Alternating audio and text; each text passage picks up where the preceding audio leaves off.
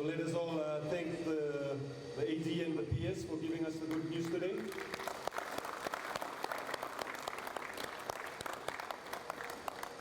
Would request staff if you guys can make your way behind me.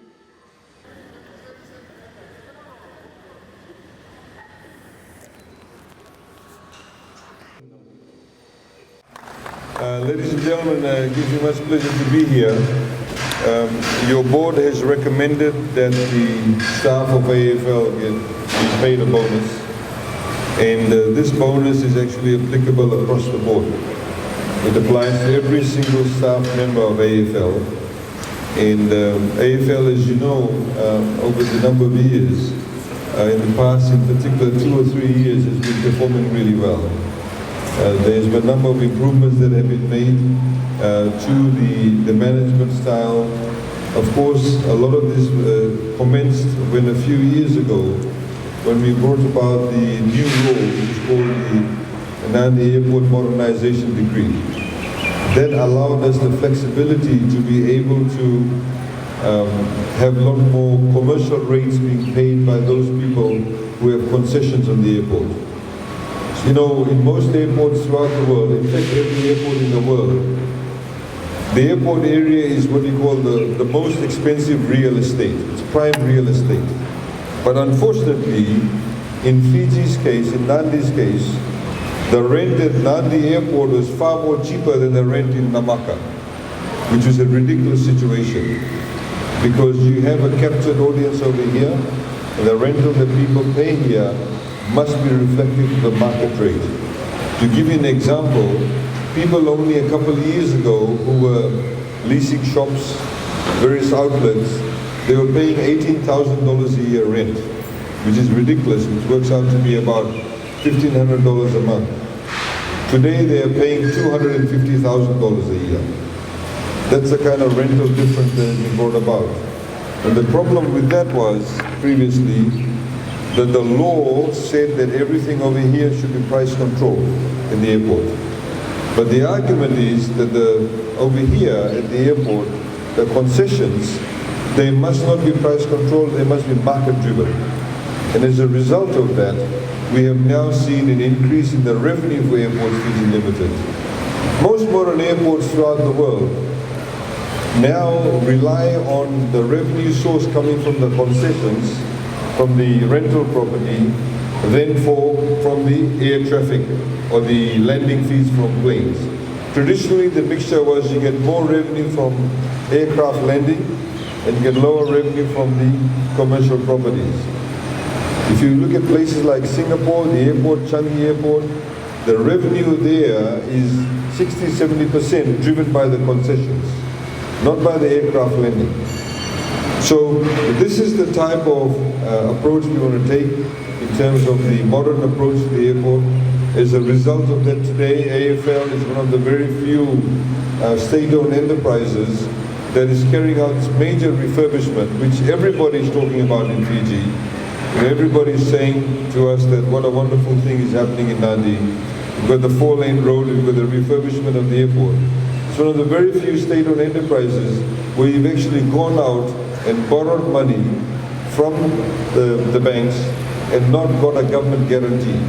Traditionally, most of the companies or state-owned enterprises, when they go out to the market to borrow money, those banks, they ask them for a government guarantee. This one, you don't have a government guarantee, which we are very happy about. Because when you have less government guarantees, it puts less pressure on government.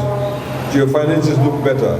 When our finances look better, when we have less guarantees to cover, then we're able to spend more money on roads, hospitals, bridges, electricity, connecting people to water and all of that.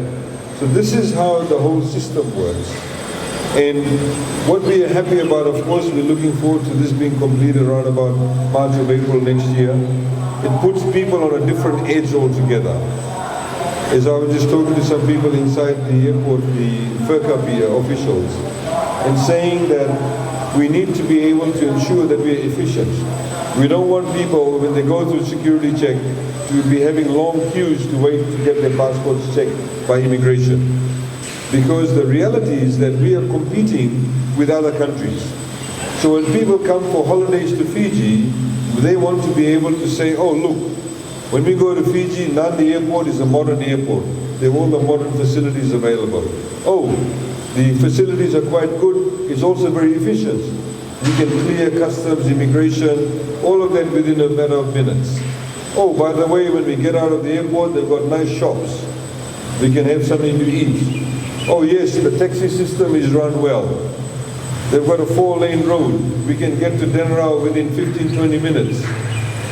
And I can be drinking my beer or pina colada by 12:30 if I catch a 6:30 flight from Sydney. That's what makes the difference. That's what people actually look for. Because believe you me, there are many other countries that are trying to get the tourists from Fiji also. You have countries in the Pacific, Solomon Islands, Vanuatu, Samoa, everywhere else, New Caledonia. And then of course we've got Bali, we've got Phuket, we've got Maldives, we've got Seychelles, all these countries. They are competing for that same tourism dollar that you and I want to come to Fiji. So it is a team effort. It's not just AFL, it's the people who work within the AFL properties. It's also not just your management, but it's also the person who may be working at the airport, who may be a driver. As I've said, many times people may look down upon the driver or the cleaner or somebody's making the tea. But the day they don't come to work, then everybody starts looking for them. So it is a team effort. Every single person in the organization is very important. Every single person in the organization that works must also understand that they do not come to work is simply to laze around. They're there to do a job. They're there to perform a particular role. And if they do that role and everybody performs to that role and everybody is always very keen to do better, then the organization will do better. If the organization does better, then of course the productivity levels will increase, your productivity levels will increase, and the profits will increase for the company. If the profits for the company increase, they'll be able to invest in better products for you, better technology, making your work easier. If they also make profits, they're also able to pay you bonuses. As we've said, Fiji Airways is the only company at the moment in Fiji that has profit sharing for all their staff. Yesterday I was at Fiji Ports Corporation Limited, where this is the second time this year, in 1 year, they received bonuses twice. Because the employer there recognizes the fact that everybody has done well. We're able to participate. We've got some new shareholders in Fiji Ports Corporation Limited, Fiji Ports Terminal Limited. We've got Aitken Spencer Sri Lankan Company. We've got FNPF as shareholders. They've brought about a new age. Before, ships that used to come to Fiji used to charge an additional levy because the sewer port was so inefficient. So when they charge an additional levy on the container, you and I, who are the consumers, will pay more because the price of goods goes up. Now they've removed the levy. The port turnaround time in the sewer port is increased in excess of 35%. So that makes Fiji more attractive. More ships will want to come to Fiji and say, let's use Fiji, dump all the stuff here, then they can take it off to Samoa, Tonga, and wherever else. In the same way, if our airport becomes a lot more efficient, it becomes modern, the facilities are attractive, a lot more airlines will want to come. As you know, that Fiji Airways is looking at new partners. We're also hoping for new partners to come to Fiji. So ladies and gentlemen, please remember that you play a very pivotal role. 35 to 37% of our entire GDP, in other words, the total wealth of the country, comes from tourism. And of all those tourists who come to Fiji, over 90% use the airport to come to Fiji. Now, if the airport is not operating efficiently, they won't want to come to Fiji. Our national airline carries nearly 70% of those tourists that come to Fiji. So it is also very important for us to have a very strong national carrier. This is why we'll ensure that we have to look after our national carrier. And they're doing really well. They've now just placed orders for about 5 new brand new 737s, latest technology. They're even looking at replacing some of the new A330s with newer technology, which will increase fuel efficiency. So these are the kind of things that we want you to be able to understand, how the economy is working, how you play a very pivotal role in ensuring that the economy keeps moving along. So I'd like to congratulate you for working with your board, for working with your management to be able to achieve the results that you have. Your profits have increased, and for the first time what is actually also happening, as you know previously, the bonuses that were paid out to AFL staff was based on a percentage of your salary. So if you had 5% of the bonus was paid, and if your salary was only $10,000, then obviously your bonus was only $500.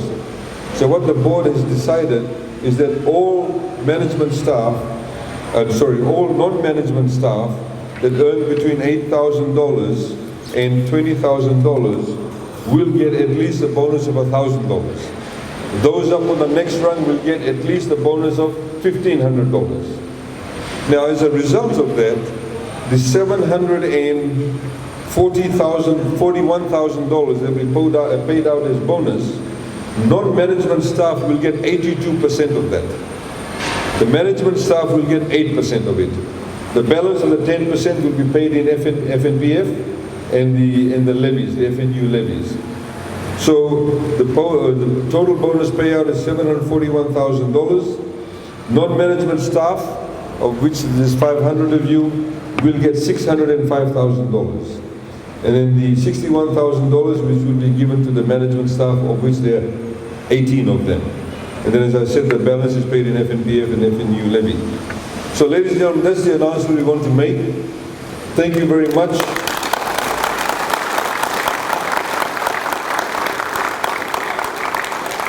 Please don't blow it all at once. I know there's Christmas around the corner, but thank you very much for your contribution. There's a lot of things that we can do together. As I said yesterday at Fiji Ports Terminal Limited, a lot of people in Fiji have always viewed labor relations, employer-employee relations as very antagonistic. It's always like, let's screw the management, or the management saying, let's screw the workers. No, we don't want that approach. Our approach is very different. Our approach is that we need to work in a partnership. Our approach is that if the organization does well, everybody that's contributed towards it must be rewarded also. Similarly, just to give you an example, we are currently carrying out a job evaluation exercise for the civil service. In the same way, what we are looking at the terms and conditions now, the next exercise, of those people within the civil service. We must recognize people who perform better than others. Everybody must increase their productivity, but there are some people who go the extra mile. There are some people whose jobs carry a higher risk. Let me give you an example. We have a former Fijian, Dr. Kapadia, who has come back to Fiji and has started up a unit where they do, what they call angiograms, where they put a tube here through your arm or through your thigh, go up to your heart and see if you have a blockage or not. If the blockage is really bad and you need a bypass, they don't do it. But if the blockage is slightly, there's some hope, they do what they call stenting. They put a stent, like a gauze wire, so the blood flows freely. They can also blow what they call bubbles to take out any blockages. You know, when you have cholesterol, it kind of links up to the blood vessels. That's how you get heart attacks. Now he's done that, but he's managed to train these nurses, and these nurses, they're all Fijian nurses, and he said to me that if these nurses, if I took them to Washington, if I took them to Sydney, if I took them to London, they'll be accepted anywhere in any of those hospitals. They are so highly efficient and they are so good. And of course, if these nurses if they make a mistake when they're carrying out the surgery, a person can die. Now, according to the old civil service rules, that nurse who may be, say, a senior nurse, will get paid the same salary as the nurse who's a senior nurse who may be working in the outpatients and who puts a bandage around your knee when your knee is cut, your wound is cut. But the point is, the difference between that nurse who puts the bandage around your knee, the risk that she has, if she, say, misses the wound, you're not going to die. Right? You may say, oh, the bandage is put in the wrong place. But the lady, the nurse, who's actually doing the angiogram for you, if she makes a mistake with the doctor, you can die. So the risk is different. The risk is different. So if the risk is different, the person who carries a higher risk job must be rewarded more for that. You understand what I'm saying? So this is something that we need to understand. These traffic guys, They carry a higher risk. I see him standing there. If they carry a higher risk, they carry a higher risk. If they, for example, sleep on the job, you can actually have airplanes colliding with each other. It's a higher risk job, a lot more stressful. Planes flying at different levels. Now the risk that they carry, for example, the risk of what Joe Gray is different. He may not necessarily welcome somebody well. That does not mean the plane will crash. But if he does not do his job well, planes can crash, people can die. So we need to be able to understand the differences in the roles that we also play. But at the end of the day, everybody's role is to make sure that we coordinate and perform as one team. So that's my message to you, ladies and gentlemen. I'd like to once again thank you for your hard work, your contribution. There has been, of course, it's very difficult to be able to, carry out a renovation on what they call a very live site, and it has been a struggle. And I'd like to also acknowledge your executive chairman who's not here, he's gone on holidays, but he's not here. I'll also acknowledge him for his dedication and his hard work, and the rest of the board members. So thank you once again. We look forward to bigger and brighter things. We look forward to the opening of the airport. And please understand that we are all part of one team. We need to be able to work together. We need to be able to contribute towards the building of our nation. Because if we become a lot more patriotic ourselves, all of us will benefit. So thank you very much, and I wish you all a very good Christmas and a fantastic New Year.